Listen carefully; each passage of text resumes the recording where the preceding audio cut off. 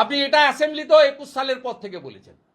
পুরুলিয়ার চাকরি, মেদিনীপুরের চাকরি, 24 পরগনায়, মুর্শিদাবাদ কে দেখতো, মালদা কে দেখতো। আরে বের করুন, আপনি ফাটা কাগজ বের করুন, ছেঁড়া কাগজ বের করুন।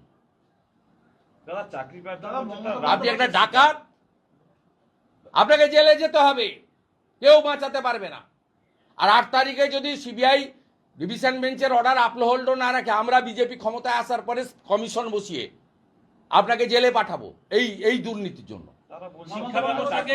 আপনি নিশ্চিন্ত থাকুন, আপনার শেষ পরিণতিটা জেলে। এবং শুধু আপনি নয়, আপনার ভাইপো সহ, যার নাম 73 মিনিটে 73 বার সুজয় কৃষ্ণ ভদ্র বলেছে। এই পরিবারগুলো যদি অচল হয়ে যায়, তাহলে বিজেপি সিপিএমও কিন্তু সচল থাকবেন না, এটা মাথায় রাখতে হবে। কোনো ঘটনা ঘটলে দায়িত্ব আপনাদের হবে, আপনাদের নিতে হবে। আর কোর্টের কথা মেনেই যা করার আমরা করব। তাই আমি আবার বলছি, যারা আপনারা আজকে বঞ্চিত হয়েছেন ন্যায্যভাবে, তাদের পাশে আমরা ছিলাম, আছি এবং থাকব।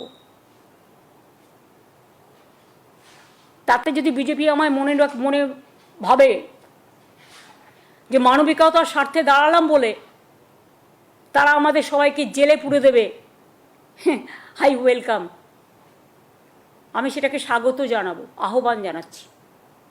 Catch me if you can. Thank you very much.